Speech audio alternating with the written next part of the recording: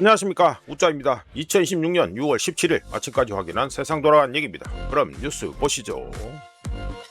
이재명 북한 문제 평화적 해결 주도를 요청했다. 누구한테? 트럼프한테. 트럼프는 노력하겠다 그랬네요. G7 지금 선거 끝나고 나가서 주구장창 돌아다니고 앉아있죠. 트럼프가 남북관계 근황 질문했다. 마크롱 먼저 패스하고 마크롱 보니까 또 북한 건 가지고 이것도 문재인이 거 카피질한 건데 똑같이 그걸 해보겠다 이건데 제가 계속해서 말씀드립니다만 트럼프가 보잔다 하고 그래 연락한다고 이제 버선발로 달려갈 북한 정언이가 아니라는 거, 이거는 분명하게 알아야 됩니다. 지금 전에 그 1차 때, 그러니까 트럼프 1기 때 해가지고 그때 트럼프 그러니까 만나자고 했을 때 그 정은이 사정하고요. 지금 정은이 사정하고는 거의 180도 바뀌었다는 거 제가 계속해서 말씀드립니다. 트럼프가 보자 이런다고 갈 정은이가 아니라는 거. 그리고 이란 협상권 지금 보면서 정은이가 많이 느낀 게 있지 않겠어요? 이거는 이리 봤자 잘 안 됐기라는 거 자 넘어가고요. 이화영 전 변호인 설주환 검사실 연어. 설주환 나오니까 또 그거 생각나네. 그 보직을 갑자기 바꾼 현지인지 연지인지 이름을 특정해서 얘기 안 합니다. 그 얘기 생각나는데 전화 한 통 때리고 그랬죠. 이거는 패스하고 그 이름 까먹으면 안 됩니다. 그 누나 이름 설주환 검사실 연어 술판 흔적 없었다. 에이 당연한 소리지. 네, 아무리 검찰이 나이롱 핫바지를 하더라도 이런 짓은 힘듭니다. 김성태 등 관계자 2명도 수판 없었다. 그러니까 이거를 왜 이 짓을 갖다가 이 억지 똥쇼를 갖다가 왜 합니까 이거? 예? 이 측은 출입시간 공백 이따구 소를 차고 자빠졌는데 이거 왜 이럽니까? 이재명 대북 송금건은요 완전히 100% 이상 해가지고 완전히 꼼짝 말합니다.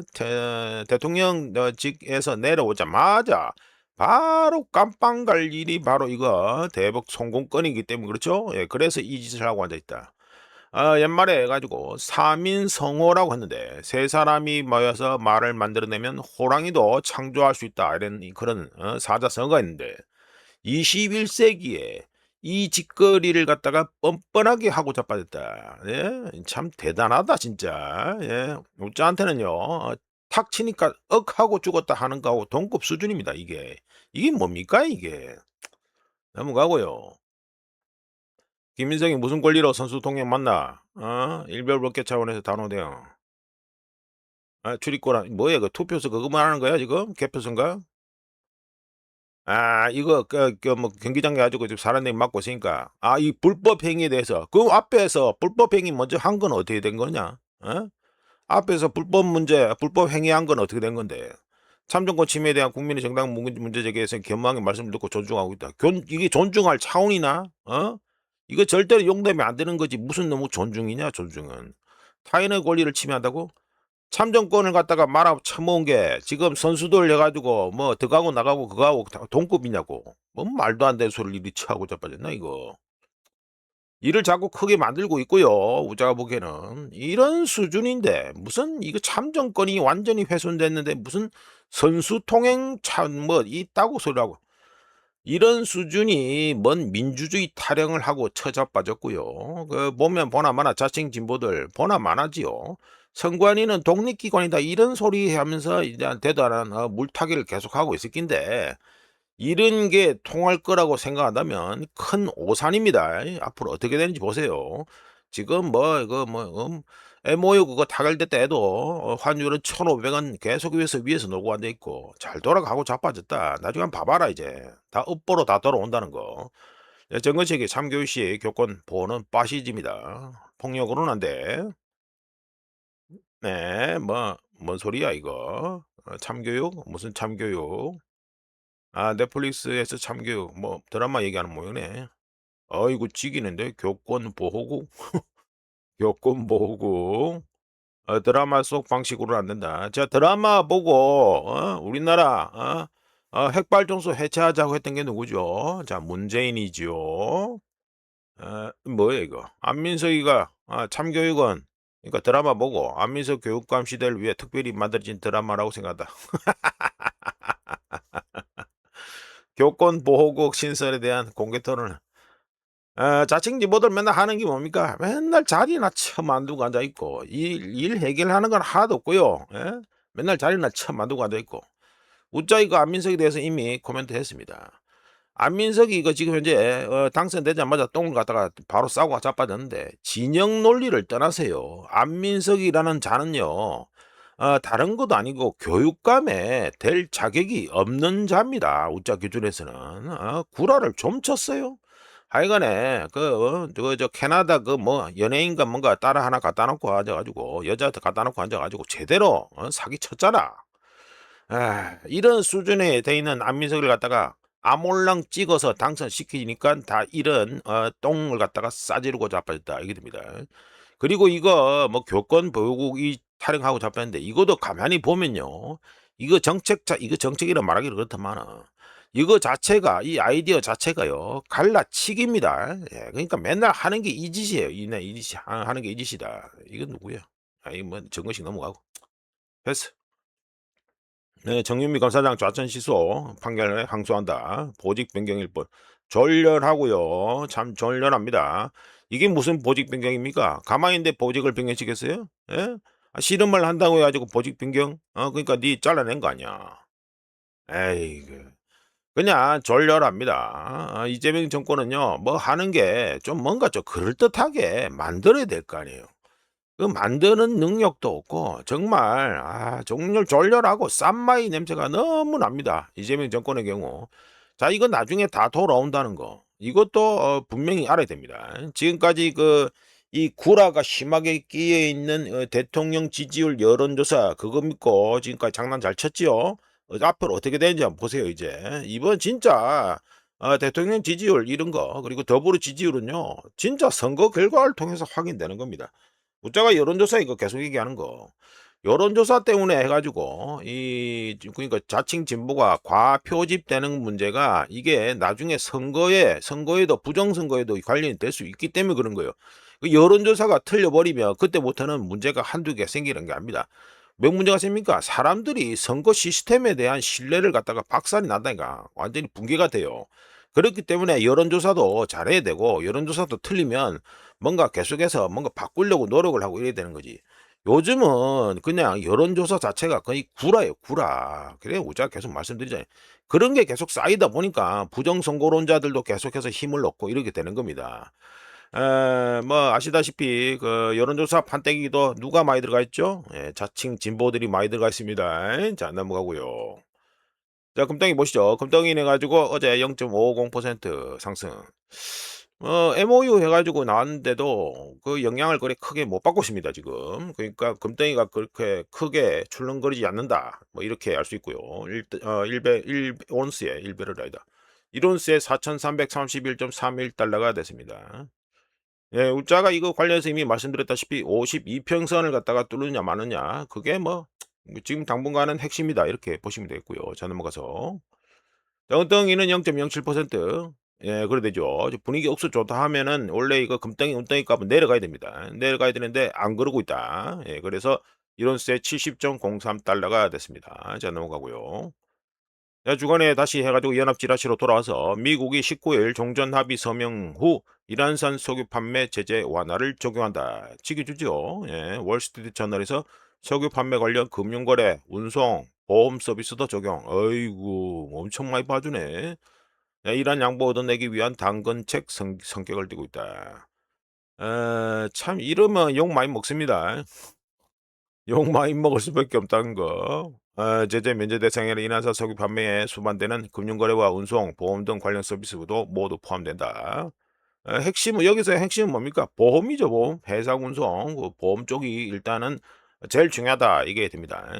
하여간 지금 트럼프가 급한 불 뭡니까 이거 석유가 갖다가 지금 공급 충격 생긴 거 이게 점점 심화되고 있는데 이걸 갖다가 그나마 해결하기 위해서 왜 해결한다? 지 중간선거 때문에 중간선거 그러니까 지하고 공화당의 중간선거 때문에 이 짓을 하고 자빠졌는데 이러면은 트럼프 마가 팬들도 별로 안 좋아할 것 같은데. 하여간 마가 팬들도 눈에 콩깍지가 씌어가지고 아직까지 트럼프한테 뭐라 하지는 잘 않습니다만, 이거는 우짜가 보기에는 그냥 임시 땜빵용이라고 봅니다. 예, 급한 물부터 꺼야 되기 때문에 이란산 석유 판매 제재를 갖다가 선제적으로 해준다 이 소리가 되겠죠. 자, 넘어가고요.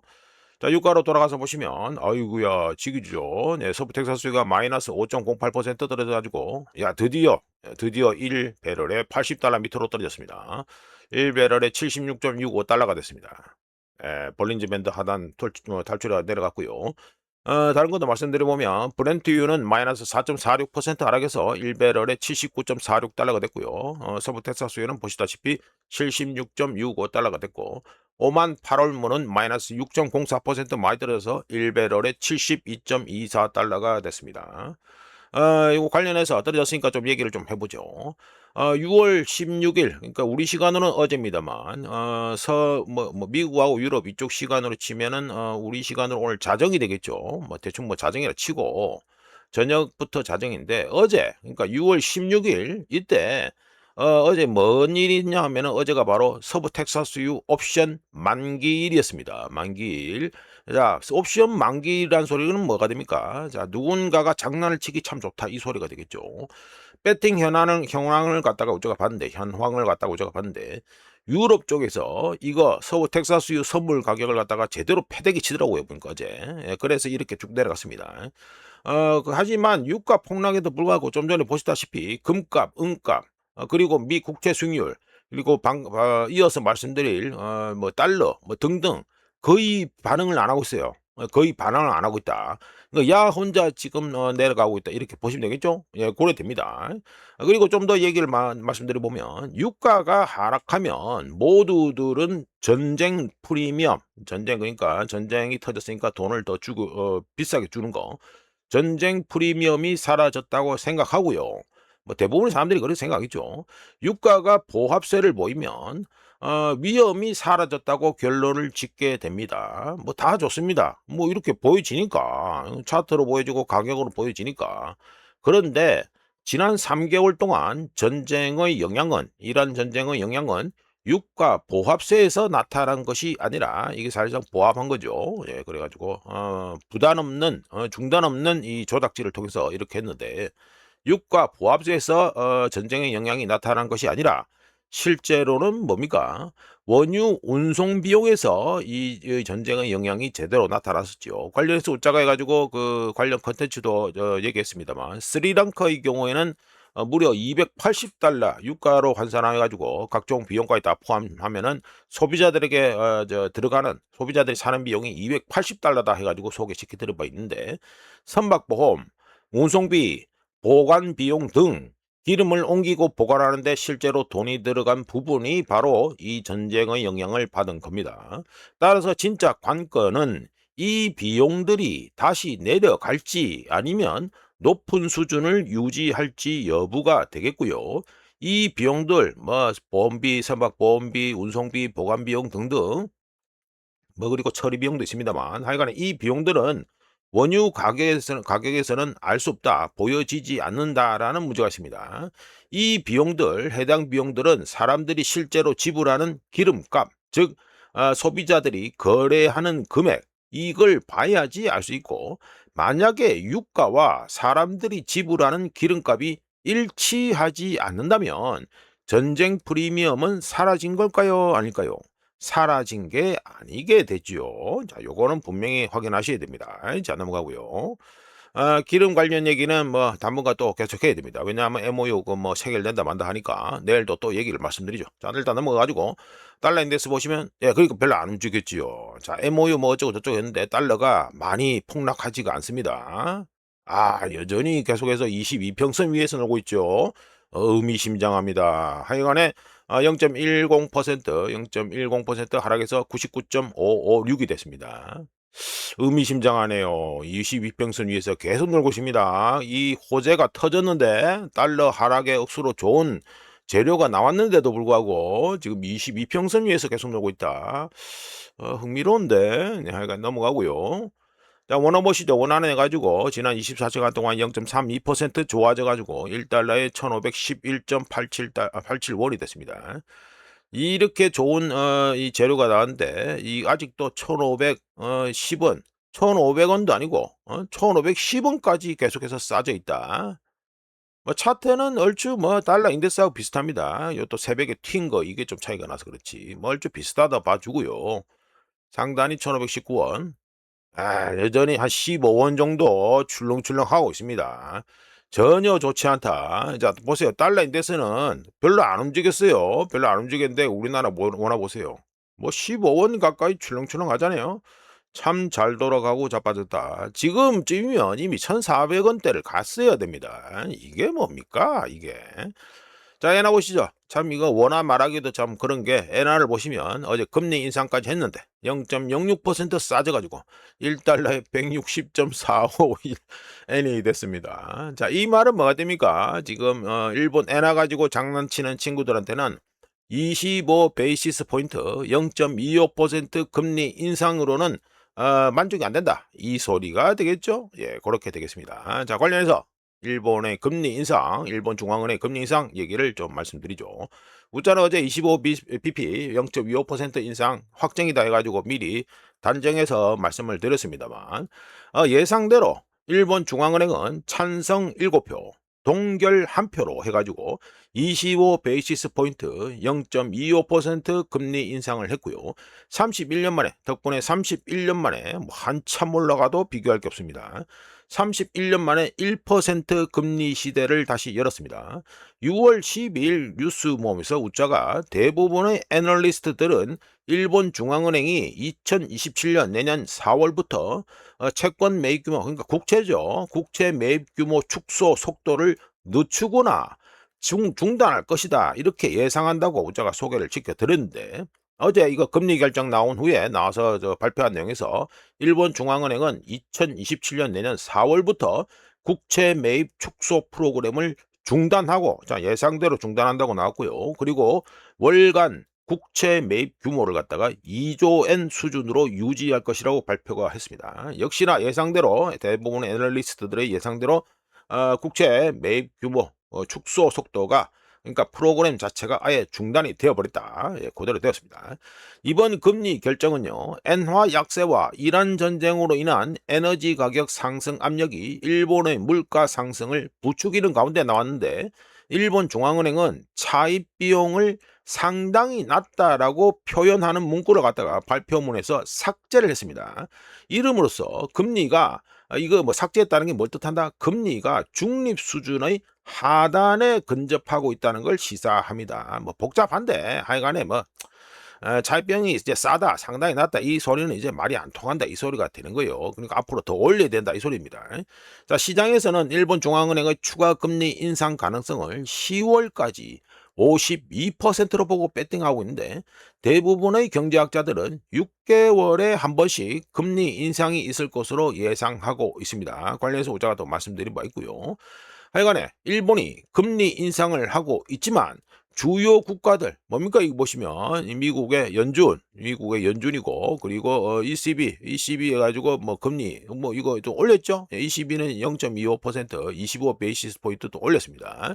이렇게 그러니까 뭐 대표적으로 미국하고 유럽 이쪽하고 비교해봐도 일본의 금리 인상 속도는요. 그러니까 금리 차 자체가 훨씬 많이 뒤처져 있다. 이거는 뭐 분명하게 말씀드릴 수 있습니다. 자, 넘어가고요. 지금 현재 이 상태대로 하면 엔화는 앞으로 계속해서 160엔대 계속해서 묶여 있을 수 있다. 예? 계속해서 일본한테서 네 현금을 내놔라. 예, 그럴 가능성이 높다는 거. 자, 요거는 참고하시면 되겠습니다. 안 되면 뭐 엔캐리 트레이드 청산을 터져야죠. 자, 넘어가서 SK 하이닉스 2배 ETF 운용 자산이 무려 해가지고 100억 달러를 갖다가 넘었다라는 걸 갖다가 말씀드립니다. 여기 보시면 뭐십니까? 요거 해가지고 요거는 엔비디아 2배짜리 롱 ETF고요. 요거는 테슬라 2배짜리 롱 ETF고요. 네, 요거는 마이크로 스트래티지 해가지고 비트코인 쪽에 있는 친구죠. 마이크로 스트래티지 해가지고 ETF 2배짜리 그리고 이거는 뭐죠? 요거는 또 코인베이스라고 있습니다. 코인베이스 2배짜리 ETF 이래 됩니다. 자, 요렇게 돼가지고 있는데 전부 다 어느 거 제일 잘 나가는 거 쳐도 80억 달러를 넘어서지 않죠. 예, 운용 자산이 80억 달러를 넘어서지 않습니다. 그런데 보세요. CSOP, SK 하이닉스 데일리 2배짜리 레버리지 프로덕트 이거는 지금 100억 달러를 넘어섰습니다. 자, 말씀드려 봅니다. 엔비디아, 테슬라, 마이크로스트래티지, 코인베이스의 2배짜리 레버리지 ETF, 2배 추종 레버리지 ETF와 CSOP, SK 하이닉스에서 그러니까 이게 자산 운용사입니다. CSOP에서 출시한 SK 하이닉스 2배짜리 레버리지 ETF를 비교한 차트인데요. 이게 홍콩에 상장된 CSOP의 SK 하이닉스 2배짜리 롱 레버리지 ETF의 운용 자산이 6월 초에 109억 달러까지 급증했습니다. 이 레버리지의 거래가 SK 하이닉스 주식 거래의 주요 원동력이 되고 있다. 그리고 또 요걸 갖다가 비판을 하니까 SK 하이닉스 주가 변동을 심화시킨다 이렇게 비판을 하는데 이 당사자 여기 CSOP 여기에서는 해당 주장 그러니까 ETF 때문에 하이닉스 이 주가가 왔다리 갔다리 한다 이 주장에 대해서 CSOP는 에이그 아니다 이렇게 부인하고 있는 중입니다. 네, 넘어가고요. 자, 오늘은 또 중국 대인대가 발표됐으니까 말씀드리죠. 뭐 벌써 사실 시간이 20분이 돼버리네. 자, 중국의 내수 불황이 심화되고 있다라는 소제목으로 해가지고 말씀드립니다. 빠르게 말씀드리죠. 자, 중국 주요 70개 도시의 신규 주택 가격은 YOY 작년 동월 대비해서 4월에 얼마였다? 마이너스 3.5%, 요거죠. 마이너스 3.5%인데 5월에도 마이너스 3.5%로 동일하게 나왔습니다. 이거 35개월 연속 하락에다가 2025년 5월 이후 가장 큰 폭의 하락을 갖다가 이어가고 있습니다. 중국의 신규 주택 가격이 부동산 값이 똥값이다 이 말이죠. 이걸 MOM 전월 대비로 하면은 4월에 마이너스 0.1% 하락했는데 5월에 마이너스 0.2%로 더 떨어졌습니다. 중국 부동산 시장의 지속적인 약세는 중국 당국의 기존 정책 지원이 그러니까 부동산 정책 지원이 위축된 중국의 주택 구매 심리와 공급 과잉 속에서 주택 수요를 회복하거나 시장 신뢰를 되찾는데 아직 충분하지 않다는 걸 갖다가 시사해 줍니다. 주요 도시별로 가지고 변화를 갖다가 말씀드려 보면 베이징은 4월에 마이너스 2.3% 하락했는데 5월에 마이너스 2.1% 하락으로 하락폭을 줄였습니다. 하지만 계속해서 마이너스 주택값이 계속 내려가고 있고요. 그리고 광저우는 4월에 마이너스 4.4%인데 5월에 마이너스 3.3%, 선전은 4월에 마이너스 5.3%인데 5월에 마이너스 4.5%, 충칭은 4월에 마이너스 4.8%인데 5월에 마이너스 4.7%, 텐진은 4월에 마이너스 5.1%인데 5월에 마이너스 4.7%로 전부 다 하락세가 지속되고 있고 중국 주요 도시 중 유일하게 이 부동산 집값이 상승하고 있는 것이 어디입니까? 상하이죠. 상하이는 4월에 3.7% 상승했는데 5월에 3.2%로 가격 상승세가 둔화되었습니다. 자, 이어서 중국의 산업 생산 말씀드려보면 중국의 산업 생산은 YOY 작년 동월 대비해 가지고 4월에 4.1%, 요거 4.1%가 2023년 7월 이후 가장 낮은 산업 생산 증가율이었습니다. 4월에 4.1%인데 5월에 4.5%로 산업 생산이 증가했고요. 1월부터 5월까지 그러니까 YTD 이어 투 데이트에서 누적된 거 산업 생산 평균은 5.4% 증가로 나왔습니다. 자, 다음으로 또 뭐가 있다? 중국의 소매 판매가 있습니다. 중국 소매 판매는 YOY 작년 동월 대비해서 4월에 0.2%에서 5월에 마이너스 0.6%, 예, 마이너스 났습니다. 예, 0 밑으로 내려갔습니다. 소매 판매가 절단이죠. 소매 판매가 5월에 마이너스 0.6%로 나오면서 2022년 12월 이후 한참 올라갑니다. 여기죠. 예, 여기입니다. 2022년 12월 이후 처음으로 마이너스를 갖다가 기록했습니다. 5월 초에 노동절 연휴가 있었음에도 불구하고 소비가 위축되었다. 특히 어떤 거? 필수 소비재와 고가 품목 판매가 부진이 두드러졌습니다.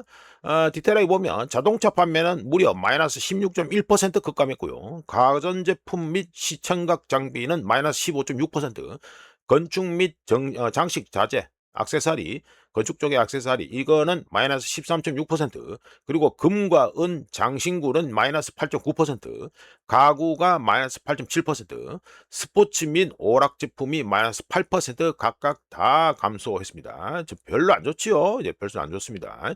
증가한 걸로는 뭐가 있다? 음료 6.1%, 담배하고 주류, 술이 4.8%, 그리고 한약하고 양약이 4%, 의류, 옷이 3.85%, 그리고 화장품이 2.5%. 보시면 그러니까 사람들이 필수적으로 무조건 쓰거나 아니면 스트레스 받아서 쓰는 거 이런 거는 늘어난데, 지금 뭔가 좀 형편이 좋아 가지고 사는 것들이 있죠. 뭐 자동차, 가전제품, 그리고 뭐 부동산 관련된 건축, 그리고 금은, 그리고 가구 사고, 뭐 스포츠 오락 제품 이거는 다 많이 줄었습니다. 지금 자동차는 무려 두 자릿수, 가전제품도 두 자릿수, 건축 및 자재도 두 자릿수 이렇게 폭감을 한 상태입니다. 자, 넘어가고요. 자, 이번에 가지고 고정자산 투자 얘기를 또 해봅니다. 중국의 고정자산 투자는 YTD, 그러니까 1월부터 4월까지, 그리고 1월부터 5월까지를 비교하는데, 작년 동기간 대비해서 1월부터 4월까지가 마이너스 1.6%인데 1월부터 5월까지가 마이너스 4.1%로 엄청나게 떨어졌습니다. 여기 보시면 오버롤 픽스드 에셋 인베스트먼트죠. 요 오렌지색입니다. 마이너스 4.1%로 나왔습니다. 올해 1월부터 5월까지가. 이러면서 1월부터 5월까지의 이 시장 예상치가 마이너스 2%였는데 억수로 하회했습니다. 부동산 투자가 마이너스 16.2% 감소하면서 투자 감소를 주도한 가운데 인프라 투자는 4월에 4.3%에서 5월에 0.6%, 그리고 제조업 투자는 4월에 1.2%에서 5월에 0.4%로 증가폭이 둔화됐습니다. 산업별로는 1차 산업이 4월에 10.1%였는데 5월에 5.9%, 그러니까 우자가 4월, 5월 말씀드리고 있는데 이건 전부 다 1월부터 4월까지, 그리고 1월부터 5월까지라는 걸 다시 한번 확인시켜드리고요. 1차 산업은 4월에 10.1%였는데 5월에 5.9%로 투자가 줄었고, 2차 산업 역시 4월에 2.5%였는데 5월에 0.1%로 투자 증가율이 둔화되었습니다. 많이 둔화됐습니다. 그리고 3차 산업의 경우 4월에 마이너스 4.2%인데 5월, 즉 1월부터 5월까지 YTD로 했을 때는 마이너스 6.8%로 더 감소했습니다. 자, 중국의 데이터가 나왔으니까 평가를 해보죠. 중국의 내수 불황이 더욱 심해졌고 2026년 현재 중국 경제는 수출에 전적으로 의존하고 있으며 그중 50% 이상은 미국의 AI 관련 사업 확장 덕분입니다. 하지만 중국의 경제 불균형이 심각하기 때문에 극심하기 때문에 상당한 규모의 정책 개입이 필요해 보인다. 이렇게 말씀드립니다. 네, 넘어가고요. 자, 요거는 이란전 109일차 해가지고 말씀드립니다. 이거 뭐 블룸버그 이거 뭐 캡처한 거 올려놓고 제가 또 말씀드리죠. 아라그치 이란 외무장관은 미국과 이란 협상이 2단계 로드맵으로 나눠서 진행될 것이라고 했습니다. 이거 항상 이렇게 하는 겁니다. 뭐 살라미 전술이라면 살라미 전술을 할 수 있고, 이란의 경우 항상 이렇게 조각조각 내가지고 한다는 거 이거는 알고 계셔야 되고, 하여간에 1단계, 지금 MOU 사인한다는 게 1단계입니다. 이란에서 말하는 거. 1단계에서는 전쟁 종식, 호르무즈 해협의 안전 확보, 그리고 동결된 이란 자산 해제가 이루어졌다라고 아라거치가 얘기했고요. 2단계에서는 이란 핵 문제와 제재 완화가 다뤄질 것이라고 했습니다. 참고로 이란의 경우에는요, 여러 버전의 MOU 양해각서 내용을 갖다가 까면서 미국 내 이란 강경파들을 제대로 지금 자극하고 있는 중이라는 거, 이거는 분명히 확인하시고요. 자, 이어서 이란 국영TV는 아라그치의 말을 인용해서 이란 전쟁 종식에는 이스라엘의 레바논 점령 종식도 포함된다라고 보도를 했습니다. 그러니까 계속해서 끌고 앉아 있죠. 이스라엘도 계속해서 끌고 앉아 있다. 이거는 분명히 아셔야 되고. 자, 블룸버그 보시면 뭐라 나왔습니까? 두 척, 이란과 연관된 링크드, 그러니까 연관된 두 척의 유조선이 해가지고 호르무즈 해협을 갖다 통과했다. 이 소리가 되겠죠? 자, 말씀드려보면 6월 19일, 현재 시간 6월 19일에 미국 이란 6월, 그러니까 6월 19일이 이번 주에 가지고 사인하는 거죠. 6월 19일에 미국 이란 MOU 사인에 앞서서 이란과 관련된 유조선 두 척이 호르무즈 해협을 어제 현지 시간 6월 16일 통과했고요. 이 유조선들이 소하르 또는 UAE 아랍에미리트의 푸자이라 근처에서 선박간 환적을 시도할지, 또는 미국의 봉쇄선 근처에서 대기할지 또는 미국의 봉쇄선을 넘으려고 할지는 아직은 불분명합니다. 그러니까 19일 날 사인하고 난 다음에 어떻게 될런지 가지고 결정이 나겠죠. 자, 넘어가고요. 네, 넘어가라.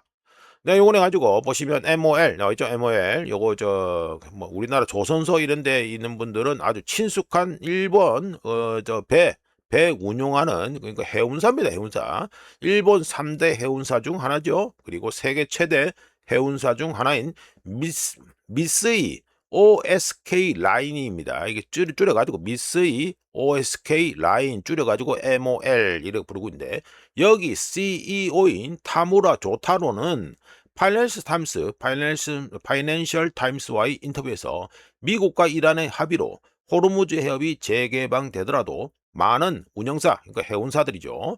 많은 운영사들이 통항 재개를 어디 통항? 호르무즈 해협 통항 이거를 갖다가 재개하는 걸 미룰 것이며 미국과 이란 합의가 실질적인 효과를 가져올 것이라는 확신이 들 때까지 몇 주 동안 호르무즈 해협 통항을 재개하지 않을 것이다. 그러니까 해운사들이 재개하지 않을 것이다. 이렇게 강조를 했습니다. 자, 넘어가고요. 자, 요번에 가지고 미국의 비상 석유 재고죠. 비축이 1983년 이후 최저다 이게 됩니다. 근데 뭐 차트만 봐도 관심 있는 분들은 알고 계시는 바로 뭡니까? 미국의 전략 비축유죠. 전략 비축유 차트입니다. 자, 말씀 들어봅니다. 미국의 전략 비축유 재고가 3억 4천만 배럴로 떨어지면서 1983년 이후 최저 수준을 기록했고요. 1970년대 석유 파동, 그러니까 오일쇼크 있죠. 오일쇼크가 터진 다음에 바로 이 SPR, 그러니까 전략 비축유가 구축이 되기 시작했고 이걸 점점 국가별로 다른 국가들이 따라하면서 우리나라도 따라했고 중국의 경우 대략 10여 년 전부터 해가지고 따라했고 이래야 됩니다. 이런 전략 비축유가 구축되었으며 7억 배럴 최대 얼마까지 비축할 수 있다? 미국의 경우 7억 배럴을 저장할 수 있도록 설계됐는데 이 SPR 전략 비축유 재고가 만땅 대비해서 절반 수준인 3억 4천만 배럴까지 줄어들면서 무슨 문제가 발생합니까? 향후 공급 차질에 대비할 수 있는 능력이 크게 제한되게 되었습니다. 참고로 2026년 올해 이란전 터지고 난 후에 방출 목표는 1억 7,200만 배럴인데요. 역대 두 번째로 큰 규모이며 가장 큰 거는 뭐였습니까? 우크라이나전 터졌을 때죠. 이때 이후로 해가지고 두 번째로 큰 규모며 계획대로 방출이 끝나면 전략 비축유 재고는 2억 4,300만 배럴 또는 총용량 대비해서 33%까지 떨어지게 됩니다. 시장 추정치에 따르면 이 미국의 전략 비축유가 효율적으로 운영되기 위해서는 1억 5천만 배럴에서 2억 배럴이 필요하다고 지금 얘기하고 있는데 우짜가 업계 얘기로 까놓고 말씀드립니다.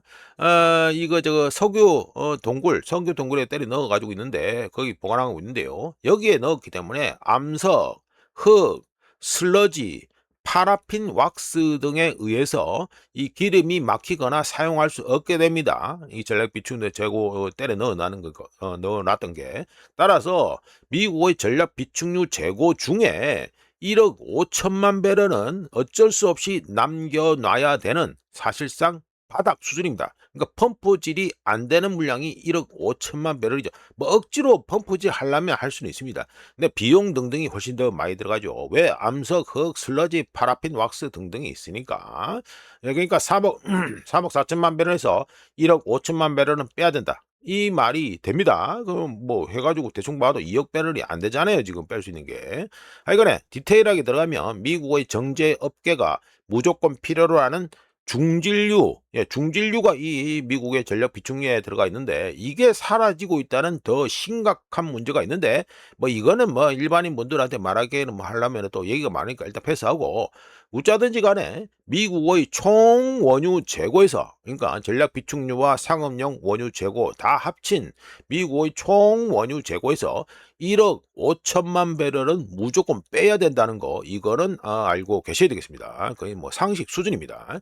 자, 이어서 다음은 대한 물가 상승과 주식에 대한 얘기를 또 말씀드리죠. 이거 시간이 왜 이렇게 짜시냐?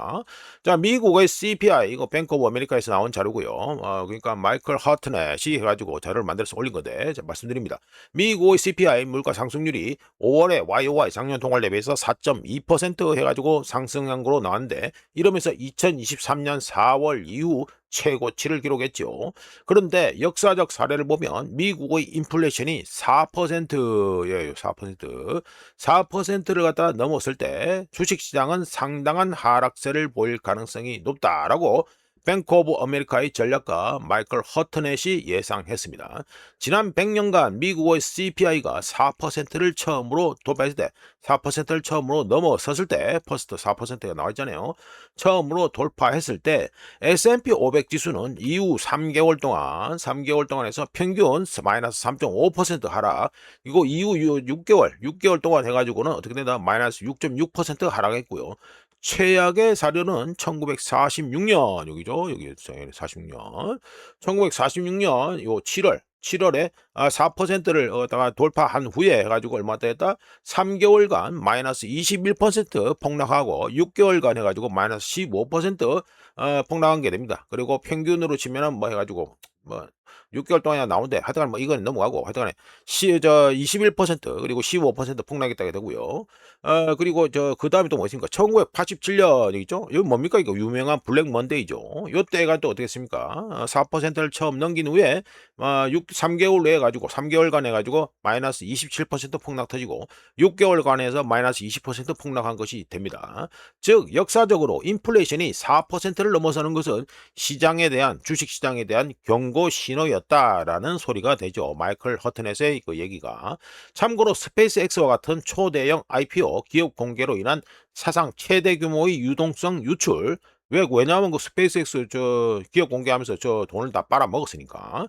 유동성 유출, 그리고 전 세계 중앙은행들의 금리 인상 분위기, 그리고 기술주 버블, 거품에 따른 극심한 취약성 등 여러 요인이 맞물려서 시장의 매도 신호, 주식시장의 매도 신호는 더욱 세지고 있는데요.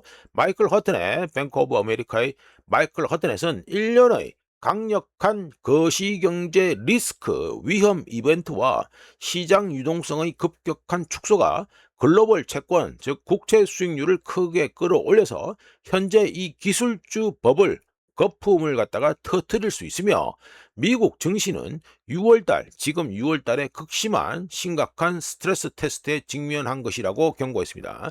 게다가 마이클 허트넷이 뭘 갖다가 자료를 얘기했다? 실업률과 CPI 물가 상승률 간의 차이, 스프레드 자체가 미국 국채 수익률 곡선과 매우 높은 상관관계를 보이는데 현재 CPI가 실업률보다 높아지면서 어떻게 된다? 역전이 발생한다. 이제 이거 가지고 마이너스로 들어간다 이 말이죠.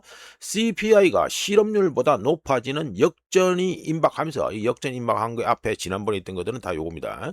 임박하면서 위험 자산의 또 다른 부정적인 신호로 작용하고 있다고 했습니다. 참고로 1960년대 이후 이거 실업률이 CPI보다 낮아진 역전 현상은 총 하나, 둘, 셋, 넷, 다섯, 여섯, 일곱 총 해가지고 이제 일곱 번이 있었습니다. 이거 밑으로 안 내려갔잖아요. 예, 그래가지고 하나, 둘 꺾어진 것만 치면은 7번이 됩니다. 7번밖에 없었는데 이는 물가 상승 속도가 빠른 데 반해서 고용은 탄탄한 과열된 경제 상황을 의미합니다. 그러면 마이클 허트넷이 이것만 얘기했냐? 아니죠. 또 있습니다. 마이클 허트넷은 호황과 거품은 결국 채권에서 끝난다라는 논리를 다시 한번 강조하면서 6월에 발생할 수 있는 일련의 사건들로 뭐를 지목했냐 하면은 영국의 30년 만기 국채 수익률이 6%, 미국의 30년 만기 국채 수익률이 5%, 일본의 30년 만기 국채 수익률이 4%를 돌파하는 게 바로 경고 신호다라고 마이클 허트넷이 얘기해 줬습니다. 자, 넘어가고요. 자, 요거는 초대형 IPO IPO의 역사적 패턴이다 해가지고 좀 말씀드리죠. 저희 문자가 관련해서 6월 13일 뉴스 보면서 스페이스X의 IPO에 기업 공개에 대해서 얘기를 했는데 잠깐 또 말씀드리는 겁니다. 스페이스X의 기업 가치가 이미 해가지고 3조 달러에 육박하죠. 3조 달러에 육박합니다. 육박하면서 마이크로소프트 제끼고 4등이 됐습니다. 4등이 되고 있는데 근데 잘 아시다시피 스페이스X의 2026년 올해 1사분기 순손실액은 마이너스, 그러니까 42억 8천만 달러라는 거. 요거는 분명히 하고 계시는 상태에서 기업 역사적 사례를 갖다가 웃자가 해가지고 AI 돈 받아서 AI 보고 표를 만들어 해가지고 이렇게 만들어 놨습니다. 자, 말씀드려보면 역사적으로 봤을 때 초대형 IPO 뭐 쫙 보시면은 뭐 반가운 이름도 있습니다. 쿠팡이 있습니다. 쿠팡 여기죠. 쿠팡 있고 뭐 페이스북, 트위터, 알리바바 이런 거는 뭐 다 아시는데 여기도 쿠팡도 여기 해당 사항에 사례 중에 하나가 들어가 있다 알게 됩니다. 보시면 해가지고 1조 한 달, 석 달, 6달 그리고 1년차 최대 낙폭은 이래 된다 이게 된대. 하여간에 말씀드리면 초대형 IPO는 상장할 때는 상승합니다. 하지만 향후 2년에서 3년치 성장 기대치를 바탕으로 기업 가치가 지나치게 높게 평가되고 초기 주주 뭡니까 이거 뭐 벤처 투자하고 일론 머스크 등등 그리고 원래 그 주식 들고 있던 사람들이죠. IPO 이전에 이 초기 주주의 보호 예수 기간 만료와 모멘텀 자본의 이탈이 겹치게 되면서 6개월에서 1년 안에 펀더멘탈이 해당 가치를 정당화하지 못하는 경우가 많습니다. 그러니까 주식이 많이 비싸다 이 소리죠. 스페이스X 역시 단기적으로는 투자 심리 프리미엄이 매우 높게 작용하고 중기적으로는 실적 달성에 대한 압박이 가중될 것이며 장기적으로는 스타쉽 및 기타 사업의 상용화 여부에 따라 기업 가치가 결정될 것이다. 이렇게 예상해 봅니다. 자, 넘어가고요. 오늘은 시간 배분이 또 잘 안 돼가지고 40분을 넘기네요. 자, 빠르게 말씀드리죠. 이거는 로이터에서 입소스하고 같이 해가지고 그 여론조사 한 겁니다. 뭐 흥미진진한 거라고 할 수 있기 때문에 우리가 좀 소개를 해보죠. 로이터와 입소스의 여론조사에 따르면 응답한 미국인 중 38%, 38%가 뭐라고 응답했다? 질문이 뭡니까? 250년 안에 미국이 단일 국가로 존재할 거냐 이 말이죠. 거기에 대해서 38%는 아니다라고 답변했고 62%는 여전히 단일 국가로 존재할 것이다 라고 응답했고요. 그리고 공화당 쪽은 당연히 비율이 높고 민주당은 좀 떨어지고요. 그 흥미로운 게 뭡니까? 인디펜던트, 우리나라로 치면 뭡니까?